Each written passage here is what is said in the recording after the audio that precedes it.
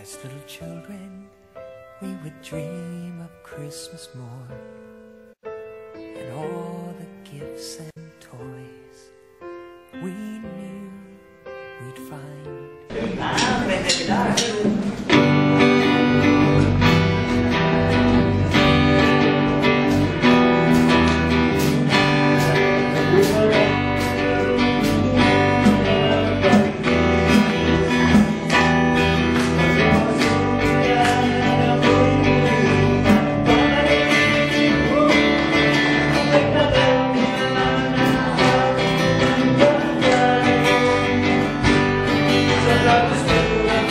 Sorry.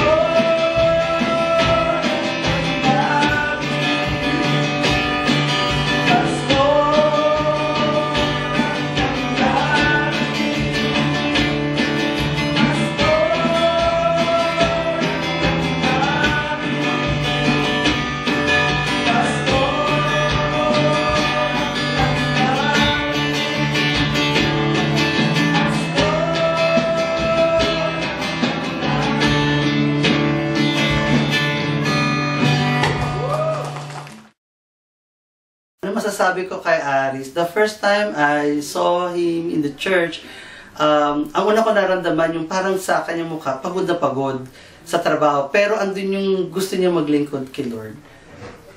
Natugtog siya, nandun siya, nakikipag-fellowship siya, kahit alam mo na yung pagod din kanyang physical. Yung una kong nakita, so it only means na kaya niyang lumakad ng extra mile. So, yun na, nakita ko sa kanya. At hanggang sa ngayon, nakita ko pa rin talaga sa kanya. He is an active member of the church. I continue to do his part as a servant of God dito sa ating sa AGL. So, Aris, kung saan ka man sa Pilipinas, bumalik ka. Bumalik ka. And then, just remember, you have a family here. Although bago pa na tayo nakakilala, I treat you already as my little brother. Although I'm little than you are. But I'm older, I think. I'm older than you. So, ganun lang. And nawa, if you meet your family, be happy, enjoy your time together, your bonding, and always remember you have a family here. And when you come back, we will accept you open arms pa rin. Kasi you are our family. God bless. 우리 아리스가 이제 한국에서 이제 일을 다 마치고 이제 원하지 않든 원하든 이제 필리핀으로 가게 돼 있는데. 이제 그동안 우리 인천에 있는 계산교회 나오면서 열심히 신앙생활하고 이제 이렇게 열심히 친구들과 또 교제하고 또 자기의 그 신앙의 생각을 많이 표현했지만 가장 중요한 것은 이제 창조주이신 하나님을 믿으면서 또 우리를 구원의 길로 인도하신 예수님을 진정으로 믿고 또 필리핀에 돌아가서도 그 신앙생활을 열심히 할 수 있도록 우리가 서로 기도하고 또 때가 되면 또 기도하면 또 다시 한국에 나와서 다시 자기가 또 하고 싶은 일을 하고 또 모든 일 다 어렵지만 믿음 안에서 신앙 안에서 열심히 가족을 잘 돌보고 믿음 잃지 않고 정말 예수님 만날 때까지 열심히 살았으면 참 좋겠습니다. 감사합니다. I'm very happy to send you to the Philippines. Because you're the only reborn Christian in your family. I heard your when we are visit your place at B station. I mean B station. God will change their mind and God will pour the Holy Spirit and blessing for your family and you. I believe in yeah I believe it. Yeah, God bless you and yeah, God bless you. Yeah, thank you. 아리스, 그동안 수고 너무 많이 했는데 필리핀 가게 돼서 너무 섭섭하고 또 가더라도 우리 계산 처치 기억해주고 또 하나님 잘 섬기고 또 건강하게 잘 지냈으면 좋겠어요. 빠이 사랑해요. 나도 이제 한국에 와서 이렇게 고생만 하고 이렇게 이제 가게 돼서 이렇게 정이 들자마자 헤어져서 너무 아쉽고 이제 또 고국에 돌아가서라도 우리 계산교회 잊지 말고 이제 우리가 이제 여기서 이제 기도해주고 할 테니까 건강하게 행복하게 이제 잘 지냈으면 좋겠어요. 사랑해요. 잘 가요. 우리 잠깐만 우리들이 이렇게 사랑해요. Aris, pauwi ka na pala. Salamat sa mga pag-support mo sa atin sa church at sa iyong ikaw sa pag-uwi mo. May our God be with you always and your family. And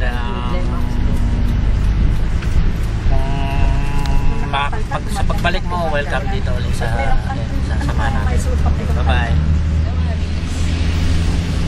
Hi! Bye! See you soon! Hindi ka pa nakakala, see you soon na kagad eh. Okay, enjoy. Pag nasa Pilipinas ka na, give your best to your family. The first family. And then, siya nga pala isa rin na lagi mo din silang isama at ilapit sa Panginoon. Yun ang the best. At lagi huwag makakalimot na lagi humingi ng gabay sa ating Diyos. Bye-bye. Ano sasabihin mo? Sinabi ko sa inyo. See you again here in Korea. Okay? Ano, good boy ka? Ha? Sabi mo, stick one ka lang sa pamilya mo. Ba? Okay, Brother Aris, good luck sa iyong pag-uwi. Sana sa pag-uwi mo, tuloy-tuloy mo lang yung paglilingkod mo sa Panginoon at yung pamilya mo maging ano rin sa Panginoon. Ilapit mo rin sila sa Panginoon at yung buong pamilya mo maging masagana at maging masaya. Bye, Aris. Good luck. Oh, mamimiss ka namin for sure pagbalik mo ng Pinas. Pero syempre, alam namin babalik ka. Sana makabalik ka kagad ha, kasi para may guitars kami dito. Pero sa pag-uwi mo doon, sana ma-share mo sa family mo yung good news na napulot mo dito sa Quezon para hindi maging useless yung mga napag-aralan natin, yung mga na-receive nating message from God. Sana talaga makabalik ka kagad at makauwi ka na maluwalhati at safe. Ganon din sa pamilyang uuwian mo, sana maayos sila. Hanggang sa makabalik ka dito sa Korea. Okay, bye! Ingat kayo! Para kay Kuya Aris, Kuya, thank you kasi naging part ka sa praise and worship team. Laki ng tulong mo. Then, also Kuya, may your life serves as a blessing to people around you as a Christian. And Kuya, even though hindi ka nagsama ng matagal, still, I know you're such a great person and stay as what you are. And yun lang, have a happy trip and be safe and be happy with your family at home. And thank you, Kuya. Mamimiss ka namin. Yun lang po. Happy trip, Aris. May God bless you. Mamimiss ka namin, Aris. Walang nang gitarist namin. Sana bumalik ka. God bless you and happy trip.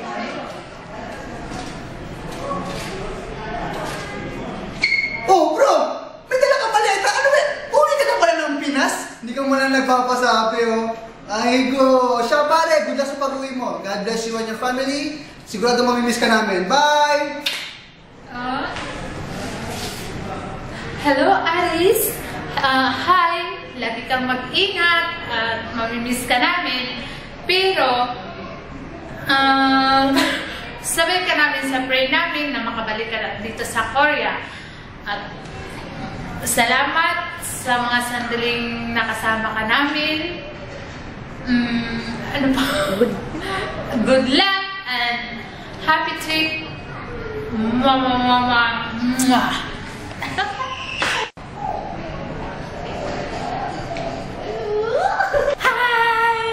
Hi, Riz.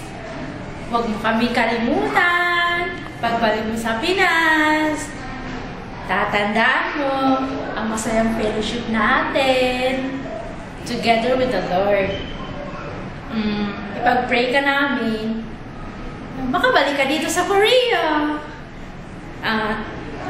Tapos, ipagpatuloy mo ang nasinmulan mo sa Panginoon at natutunan mo yung mga knowledge mo, iyan mo sa pamilya mo, ituro mo. Tapos, share your blessings with your family. With your family sa Pinas.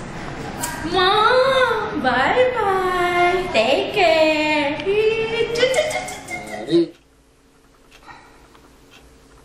Ito lang masasabi ko sa'yo.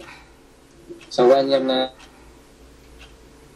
ating pinagsama sa Sinwa Buncha, nung bago ako, ikaw nagturo sa akin, ikaw namalalay. Ikaw wala kang sumuporta sa akin. Dahil dalawa lang tayo magkasama doon. Sa lahat ng bagay, marami akong natutunan sa iyo, especially yung sa faith. Sa faith kay God, tinuruan mo ako kung paano kumapit sa kanya at kung paano tumayo sa sariling mga paa. Well, marami akong natutunan bilang isang kapatid sa iyo, bilang kuya ko, sa lahat ng oras, sa lahat ng araw na pinagsama natin, sa trabaho man yan, sa simbahan man yan, lagi kang nagko-consult sa akin. Binibigyan mo ako ng payo. Kasi siguro, hindi mo rin na pabalikin ka siguro ng Panginoon para mabigyan mo talaga ng magandang kinabukasan ang mabina mo sa Pilipinas, especially si, anong pangalan nito, yung anak mo.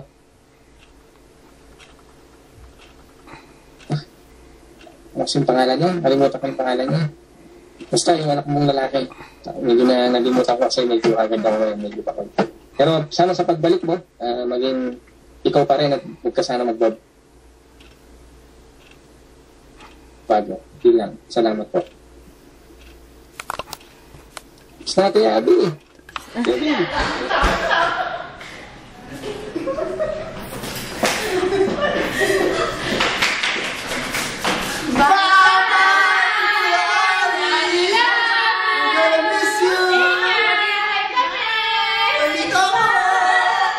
Wala ka ng stone dyan!